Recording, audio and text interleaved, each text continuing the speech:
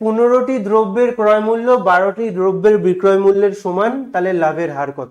15টা দ্রব্যের সিপি 12টা দ্রব্যের এসপির সমান, লাভের হার কত? দেখো 15টা দ্রব্যের সিপি মানে 15 সিপি লিখবো, ইজ ইকুয়ালস টু 12টা দ্রব্যের এসপি মানে 12 এসপি লিখবো। তার মানে আমি এখানে সিপি বাই এসপি কত পাচ্ছি? সিপি বাই এসপি পাচ্ছি 12/15, রেশিওতে চলে এলো না?